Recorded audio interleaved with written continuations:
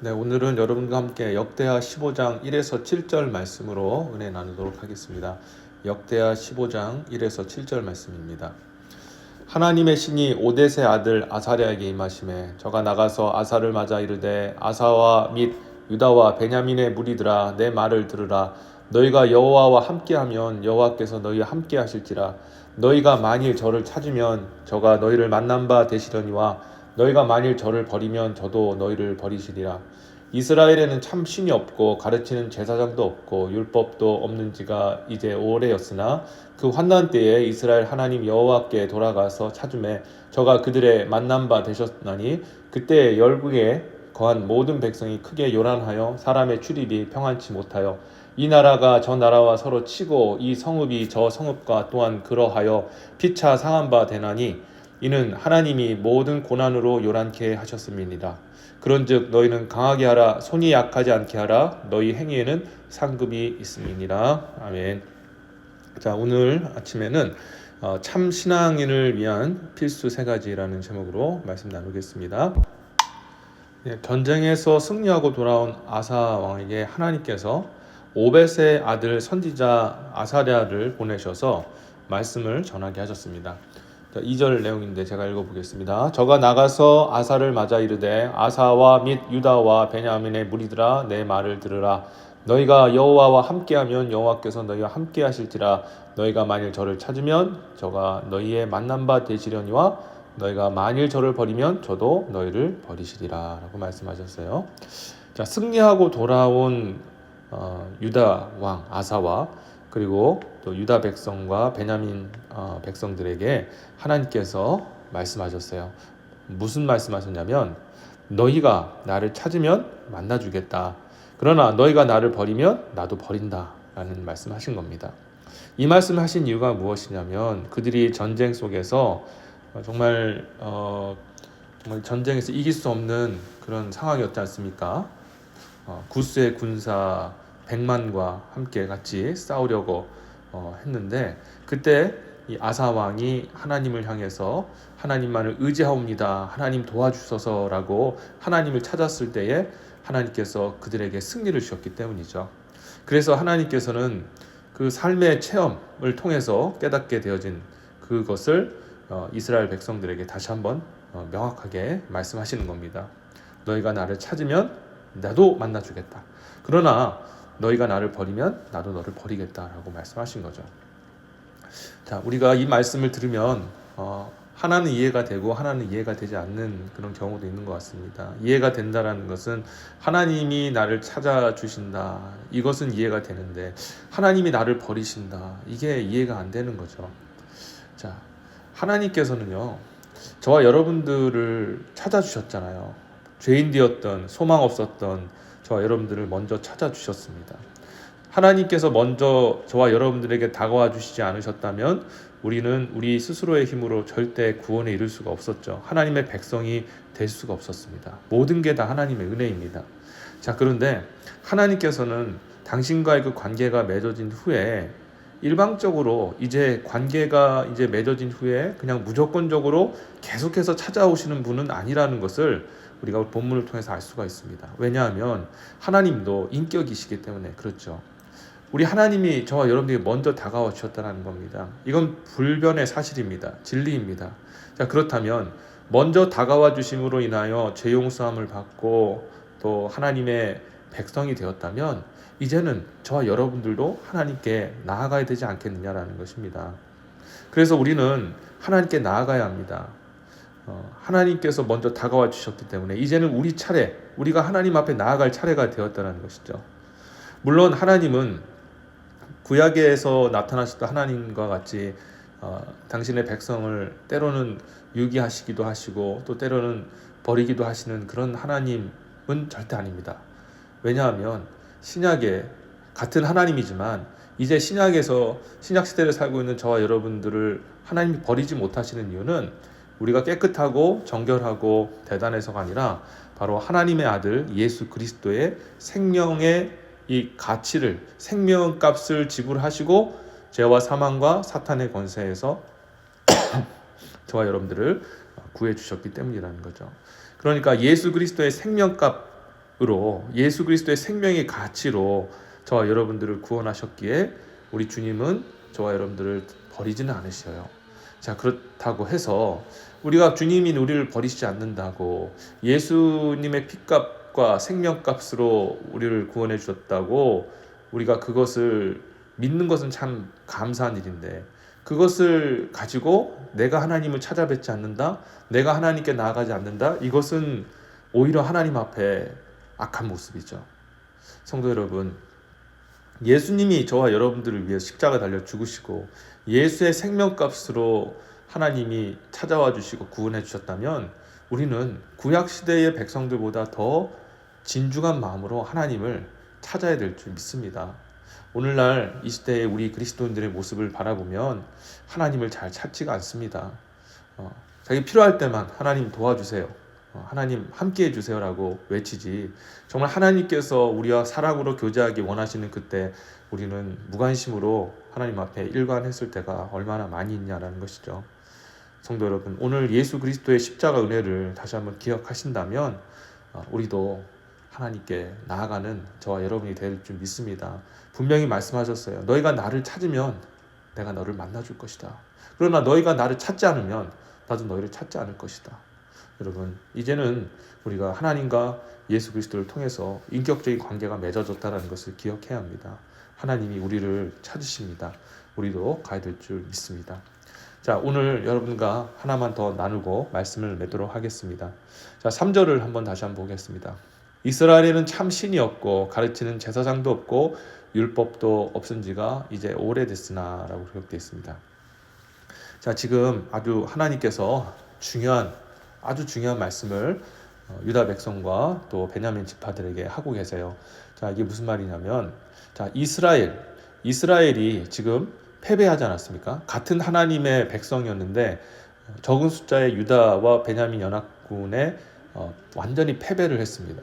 자, 그래서 이스라엘 백성들의 역사를 보면 여로보암 이후로 하나님을 떠난 후에 완전히 그 나라가 휘청되고 또 모반을 겪으면서 정말 정통성도 없고 또 영적으로나 아니면 어떤 역사적으로 굉장히 고통을 받으면서 그렇게 나라가 유지가 됐습니다.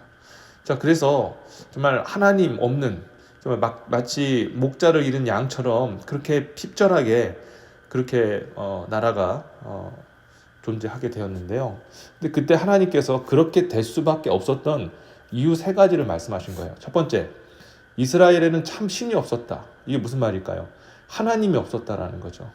자, 그리고 두 번째로는 이스라엘 땅에는 가르치는 제사장이 없었다. 하나님의 말씀을 대언하는, 하나님의 말씀을 가르치는 그런 사역자가 없었다라는 거죠. 그리고 율법도 없었다. 율법은 무엇입니까? 하나님 말씀이고 진리죠. 진리도 없었다는 거예요. 여러분, 이 3가지가 너무너무 중요한 겁니다. 우리가 신앙생활 할 때 이 3가지를 절대 놓치면 우리가 참 신앙생활을 할 수가 없어요. 첫 번째 뭡니까? 신앙인 대상인 하나님을 잃으면 우리 신앙생활은 무의미하다는 겁니다. 우리는 입으로는 하나님 찾아요. 하나님 경외합니다. 하나님 경배합니다. 우리가 나와서 찬양하고 또 하나님의 그 거룩하심과 영광스러움을 선포하면 아멘 합니다. 그런데 결국에는 우리 속마음엔 누굴 섬기고 있나요? 그렇죠. 물질을 섬기고 내 인생의 성공을 섬기고 내 사랑하는 사람을 또 하나님처럼 섬기고 있고 또 내 욕심과 정욕과 욕망을 하나님처럼 섬기고 있는 것이죠. 그래서 우리가 정말 그리스도인으로서 너무 당연한 질문일 수 있지만 이 질문을 한번 해봐야 되는 거예요. 나는 하나님을 섬기고 있는가? 하나님을 섬기는 참 하나님의 백성인가? 여러분, 다시 한번 자기 자신을 들여다보시기 바라겠습니다.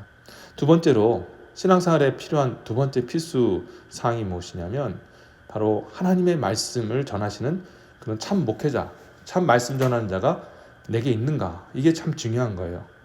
방금 말씀드렸던 것처럼 이스라엘 백성이 고통을 당하고 결국 멸망을 당하게 된 이유 중에 하나가 이 여로보암 왕이 하나님의 그 말씀을 맡은, 하나님께 특별히 그 일을 하라고 부름받은 하나님의 종들을 다 쫓아내고 돈으로 제사장을 될 수 있게 하였고, 아무나 하나님 말씀도 모르고 진리도 알지 못하는 사람을 제사장 세워서 완전히 영적으로 망쳐놓았습니다.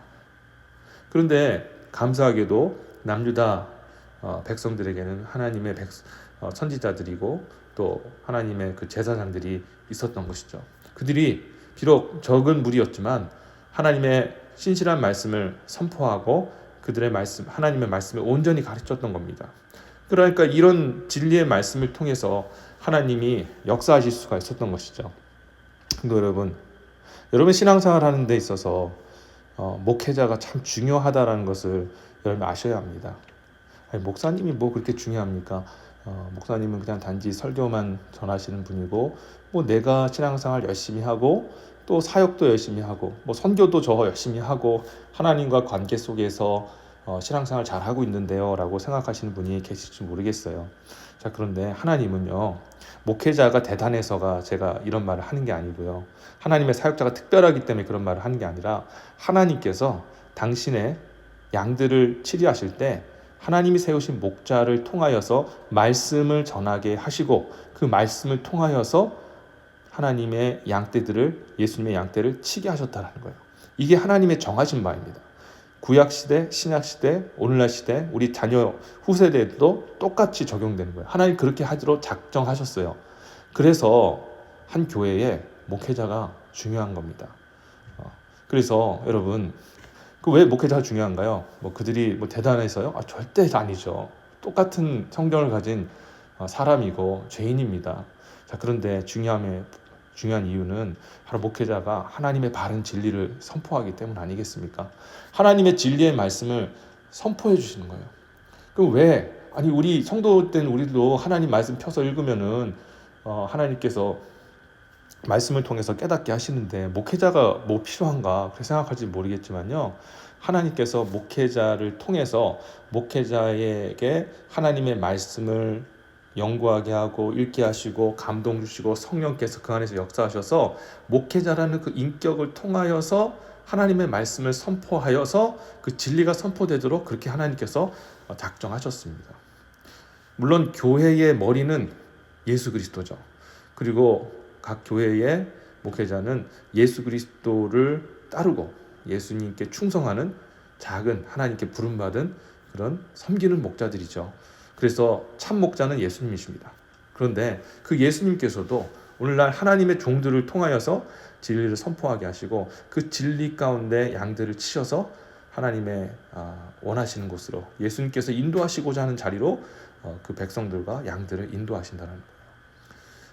여러분, 그래서 우리가 교회의 목회자를 위해서 정말 기도 많이 해주셔야 됩니다. 목회자들이 영적으로 바로 서서 하나님의 진리의 말씀을 사탄의 시험에 들지 않고, 여러분 목회자라고 해서 다 진리를 선포하는 건 아니지 않습니까? 어떤 목회자는 정말 말뿐인 그런 형식적인 무늬만 목회자인 그런 경우도 있고, 또 이단에 있는 많은 그런 종교 지도자들도 자기들을 목사라고 이렇게 얘기를 합니다. 참 그래서 참 목자가 참 이 시대에 참 귀한 거예요. 그래서 우리 각 교회에 계신 우리 여러분들의 섬기시는 교회 담임 목사님, 정말 하나님 바른 성령님 역사하셔서 또 바른 말씀을 전하게 하시고 바른 진리를 선포하게 하시는 그 하나님의 놀라운 역사가 우리 목사님을 통해 나타날 수 있도록 여러분 정말 기도해 주시기를 정말 바라겠습니다.